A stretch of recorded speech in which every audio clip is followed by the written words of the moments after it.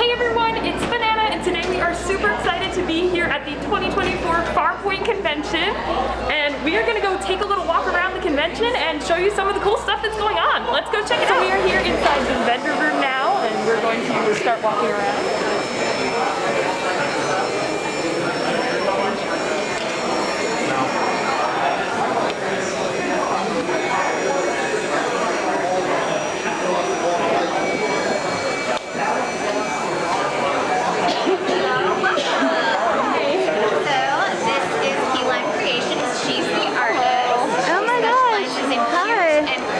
So you'll see that theme through all of her work. Specials today, all of her prints, they're buy two get one free, $15 a piece. So cute. They're so cute. Yes. And then the stickers here, they are just $5 or 2 for $8. The Maryland ones are quite popular. Oh, look how cute. Love it. Greeting cards are new this year. Oh my gosh, they're so pretty. Ponies, we love your ponies. Oh, they've got a greeting card of Celestia. So cute. This is really, really cute stuff.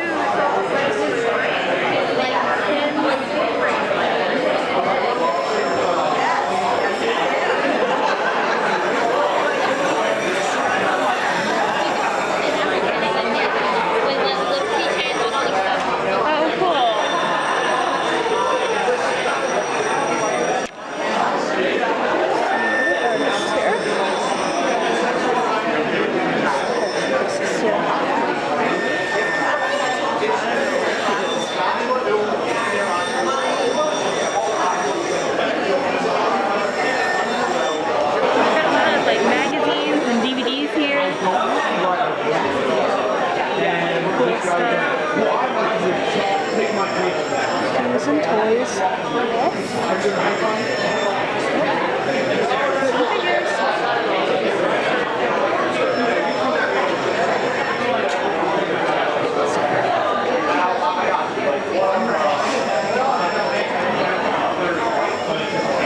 I love the earrings. Hi, how are you? Hi. How cute the earrings are. So cute.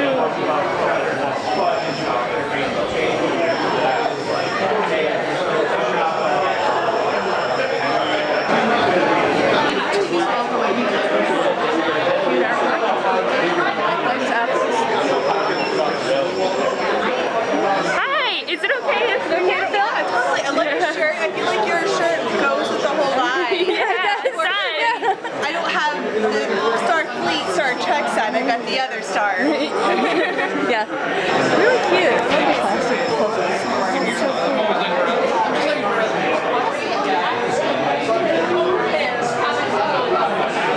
Babylon 5 dolls.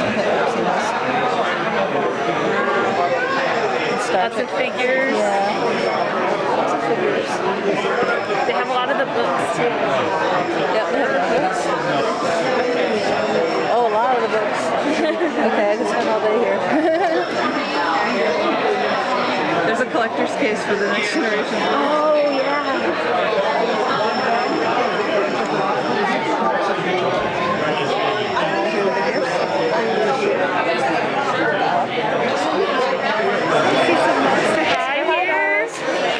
G3, and then I see a G2 also, and some movies and books.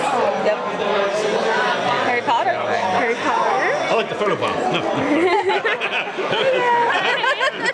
Hello. Sorry. No, we like to see you. We like to see everybody. I can't tell you how many times I've gotten yelled at. Whoa, big money We're just coming gonna out. do these for right now. Got a bunch of pins and buttons.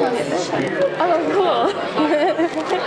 Always won the pony, didn't you? Pony. Free pony awards. Pony magnet. Oh, there's another pony magnet. Blind bags. might download my That's a magnet It's a too. magnet. Okay. A lot of like buttons. A lot of buttons and/or magnets.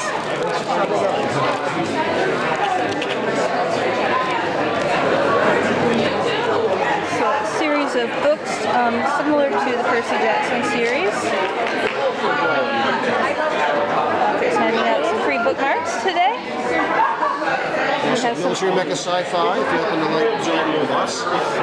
books here as well. Very cool. Authors Edward Swing. Some really cool artwork.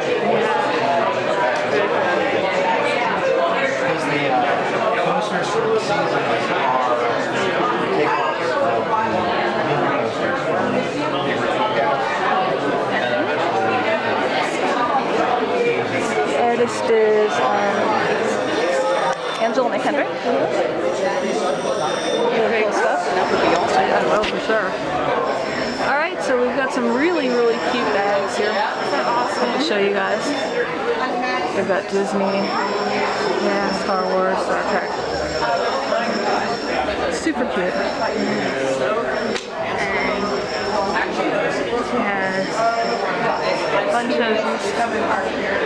all kinds of stuff. Yeah, really cool.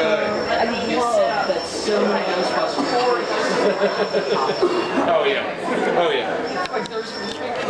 Oh, I know. Artist The movies The have done a Rose great of job. Valhalla. Oh my god. Absolutely. My sister.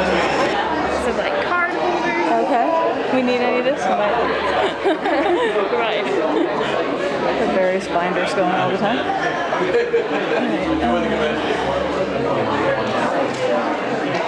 So let's get this up here. And comic books. Comic books, etc. Magazines, best reference.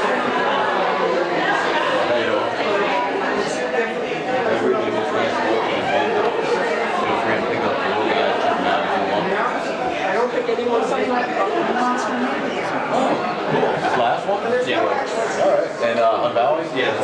Yeah, the last Hunt Valley. Okay, we'll do. We'll do it. This is so cute. The TARDIS with all the different It's creatures. every single doctor is an animal. That is so cute. Wow. Sometimes That's awesome. yeah, it was, I really like that. Star Trek. Very cute.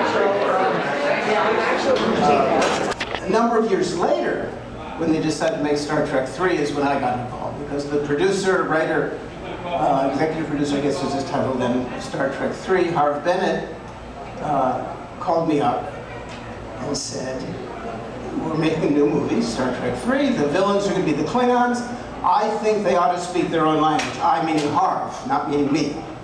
Okay? And he offered me the job of doing that. And I said, yeah, I'll do that.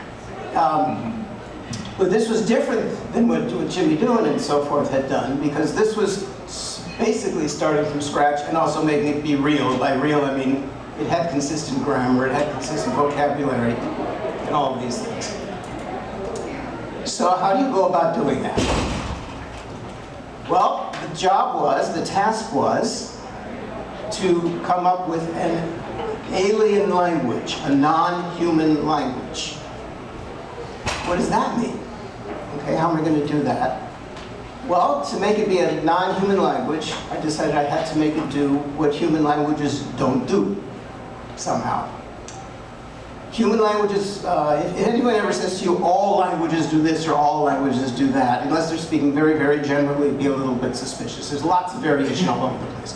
But there are some commonalities and some tendencies. For example, there's, if you're talking about the sounds of a language, certain sounds tend to be found together in the same language, and certain sounds tend to not be together in the same language.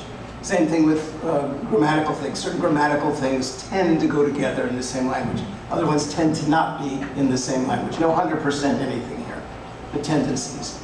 Some features of languages are very, very common in the world, some are uncommon. So to make this non-human language, I decided to violate all of that stuff. All of these things that languages, that people talk about languages tend to do, mostly do, linguists call those things universals, which is a little bit pompous, sort of only talk about human languages, but that's what they call them anyway. So I did various different things. So for the sounds, for example, if you make, I'm going to get a phonetics lesson here a little bit. If you make the sound for a T, right? And you put your tongue in a certain place in your mouth, tut, tut, tut, tut, tut. If you make a sound for a D, your tongue's doing the same thing. If you make the sound for an N, your tongue is doing the same thing. All right? And languages tend to put all those things together. Klingon, the T and the N do that, but the D does something different. Okay, in Klingon, the D, you put your tongue pointing straight up on the roof to the roof of your mouth. Okay? Languages don't do that if they're with this kind of one oddball thing. So that makes Klingon a little bit weird. For grammar, the same kind of thing. Basic word order of some sentences is the subject and the verb and the object. Dogs bite people. Dogs is the subject, the doers. Bite is the verb. People is the object, the receivers. Okay? And when you're going to say that, those words have to, in any language, the words have to come in some order or other. They don't have to come in the same order they do in English, but you can't say those three things at the same time, right? So they have to come in some order. And if you look around the world, you'll find languages representing all 6 possible orders. Okay, it's 3 elements, subject, object, verb, all the possibilities, verb, object, subject, verb, object, all that stuff. There's 6 possibilities. Some of those are really, really common. Some of those are really, really rare. The most common ones are the ones like English where the subject comes first, the subject, the verb, then the object, or the subject, object, and verb. The least common are the ones where the object comes first. So I picked that for Klingon. Okay, the word order for Klingon is object, and then verb, and then subject, backwards from English. But I didn't pick it because it's backwards from English. I picked it because it's among the least common in the world, therefore, from a funny way of looking at it, the least human, and therefore the most I had to audition for my voice, because they wanted my voice, of course, the fans, thank you. And I had to audition. So they sent me lines, and I read the lines, and it was actually lines from the episode called Vengeance. And it was where Wolverine is like very, very quietly speaking, which is very not usual for him. Right. And when he's not angry or back off, that kind of stuff, it was really hard to find how he's going to sound when he's just talking normal. Yeah. And it was when he's sitting outside with the elder of the chief tribe up north in the Inuit, where he went fishing and stuff. And the women are all laughing and jumping and throwing people up in blankets and stuff, and the chief's looking at them and saying, "The people are very happy, and it's all because of you." And Wolverine's saying, "I know, I don't understand it. I'm happy too. I feel at peace." And then the chief said, "Peace can only be found by a man whose heart is clean of sin." And he said, "I wish," because Wolverine, he didn't know Wolverine was a mutant. And he said, "I wish I could tell you." And he said, "When the time is right, you will know." And Wolverine said, "Thank you." And he said, "You're more than welcome, my friend." Wolverine has never been called my friend by anyone.